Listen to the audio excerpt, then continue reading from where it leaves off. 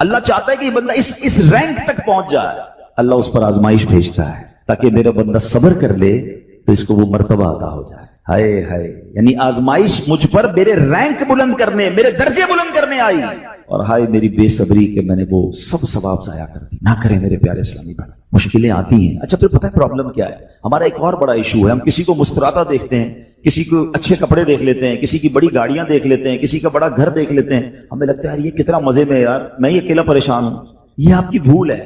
ایک بات یاد رکھیے گا، زندگی کی گاڑی مسائل کے پہیوں پر ہی چلتی ہے. امیر کے مسئلے اور ہیں، غریب کے مسئلے اور ہیں. شہرت جس کو ملی ہے نا، اس کے پرابلمز اور ہیں. جو غیر معروف ہے اس کی پرابلم اور ہے. زمانے میں ہر کسی کو کچھ نہ کچھ ایشو ضرور ہے. یہ نہ سمجھے کہ یار یہ اتنا مسکرا رہا ہے، کیا پتہ اس مسکراہٹ کے پیچھے کتنے دکھ چھپائے بیٹھا ہے. آپ یقین کریں، بلیو کریں، ایسا نہیں ہے کہ سب لوگ 100% خوشحال ہیں. پرابلم سب کے ساتھ ہوتے ہیں.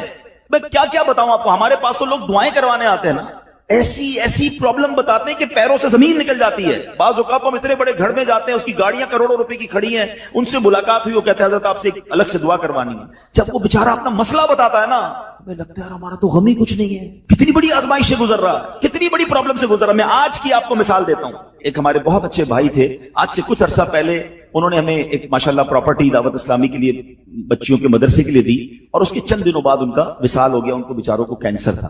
میں ان کے گھر پہ دعا کرنے گیا. ان کے بیٹے نے مجھ سے جب گلے لگانا تو بیٹا رونے لگا.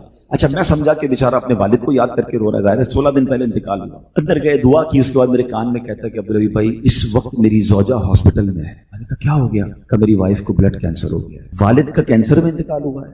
اللہ نے بڑا نوازا ہے ان کو، جیولرز ہیں. لیکن میں یقین کریں، میں آپ کو سچ بتا رہا ہوں، میں گاڑی میں بیٹھ کے میں بھی رونے لگا، کیونکہ وہ بندہ جب مجھے چھوڑنے آیا نا پھر میرے گلے لگ کے رو رہا تھا. میں سوچنے لگا یار کتنا دکھ ہے لوگوں کو، اللہ نے کتنی بڑی ان پر مہربانیاں کی ہیں. اگر مجھے کوئی بڑی بیماری نہیں ہے، میرے بچے میرے ساتھ ہیں، میری فیملی میرے ساتھ ہے، نہیں چاہیے یار دنیا کے سارے اللہ تللے نہ ملے اتنی ساری لگژریز، صحت سے بڑھ کے کچھ نہیں ہے، مگر ہمیں اس کی قدر ہی نہیں ہے، ہمیں اس کی کوئی اہمیت کا اندازہ ہی نہیں. پوچھو ان سے، کروڑوں روپے ہیں مگر علاج نہیں ہو پا رہا. ڈاکٹر بعض اوقات مایوس کر دیتے ہیں. کتنا تکلیف میں ہیں لوگ، اور ہم ہیں کہ چھوٹی چھوٹی باتوں پر بے صبری. صبر تو کریں، اللہ کی رضا پر راضی تو رہیں. میں نے آپ کو خاندان نبوت کا واقعہ سنایا، ارے کھانے کو کچھ نہیں ہے. کاش یہ بات ہمیں سمجھ آ جائے اور ہم ہر حال میں اللہ کا شکر ادا کرنے والے بن جائیں. اور ایک اور میں آپ کو بات بتاؤں، ہم جو دنیا والوں کو بتاتے ہیں نا ہوتا کچھ نہیں ہے اس سے. مت بتایا کرو دنیا والوں، صحیح بتاتا ہوں، مت بتایا کرو، اپنے غم مت بتایا کرو، ثواب بھی چلا جاتا ہے. اور بعض اوقات یہ دنیا والے نا ہمارا مذاق بھی اڑاتے ہیں. ہم جب کسی کو اپنا پرابلم بتاتے ہیں نا ہمارے سامنے تو بڑے اچھے بنتے ہیں کہ اچھا ٹھیک ہے میں کرتا ہوں کچھ. بعد میں جا کے دنیا میں باتیں کرتے ہیں، آیا تھا میرے پاس اس کا یہ مسئلہ ہے، ہاں باتیں بڑی کرتا ہے، بڑی پرابلم میں ہے. کیوں بتاؤں میں دنیا والوں کو؟ نعت کا شعر ہے نا، کسی کا احسان کیوں اٹھائیں، کسی کو حالات کیوں بتائیں. کیوں بتاؤں میں دنیا والوں کو مجھے کیا غم ہے نا میرے آقا سلامت رہے ہیں، اللہ کے حبیب علیہ الصلوۃ والسلام ہیں، اور رب عز و جل کی بارگاہ ہے، میں ادھر عرض کروں نا. کسی کا احسان کیوں اٹھائیں، کسی کو حالات کیوں بتائیں.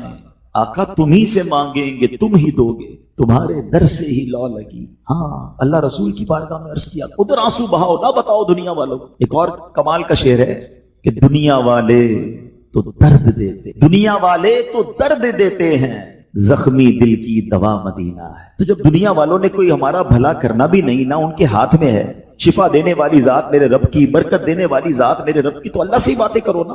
تو آج سے یہ ذہن بنا لے میرے پیارے اسلامی بھائی، مشکل آنی ہے تو صبر کے ساتھ وہ وقت گزارنا ہے، اللہ کی رضا پر راضی رہنا ہے. وہ بڑا کریم ہے، وہ اپنے غیب کے خزانوں سے آپ کو عطا فرمایا. توجہ بیان کی طرف رکھیے گا. اور اب آتے ہیں اس پورے واقعے سے ایک اور خوبصورت بات جو ہمیں سیکھنے کو ملی، اور وہ بات کیا ہے کہ نبی پاک کے خاندان کی سخاوت کیسی تھی. مولا علی شیر خدا کے پاس صرف 6 درہم تھے، آپ نے وہ سب کے سب دے دیے. مگر آج حال یہ ہے کہ لوگ اپنی زکوٰۃ ادا نہیں کرتے. آج زکوٰۃ لوگوں کو بھاری پڑنے لگ گئی ہے. جب کیلکولیٹ کرتے ہیں کہ جناب کروڑوں روپے زکوٰۃ، تو اس کے بعد ان کو بھاری لگتی ہے. نہ کریں ایسا. یہ زکوٰۃ مال کا میل ہے، اور اگر یہ مال کا میل آپ کے مال سے جدا نہ ہوا تو یہ آپ کے مال کو بھی میلا کر دے گا. ایک بات یاد رکھیے گا، سرکار دو عالم صلی اللہ تعالی علیہ وسلم کا یہ فرمان ہے، اپنی زکوٰۃ ادا کر کے اپنے مال کو مضبوط قلعوں میں قید کر لو. اگر میں اور آپ چاہتے ہیں نا کہ میری آپ کی پراپرٹی سیکیور رہے، ہمارے مال و اسباب سیکیور رہے، تو حدیث پاک میں تو فارمولہ موجود ہے کہ اپنے مال کو زکوٰۃ دے کر مضبوط قلعوں میں قید کر لو. لیکن یہاں زکوٰۃ دینے کے لیے تیار نہیں لوگ، لمسم نکال دیتے ہیں، کیلکولیٹ نہیں کرتے.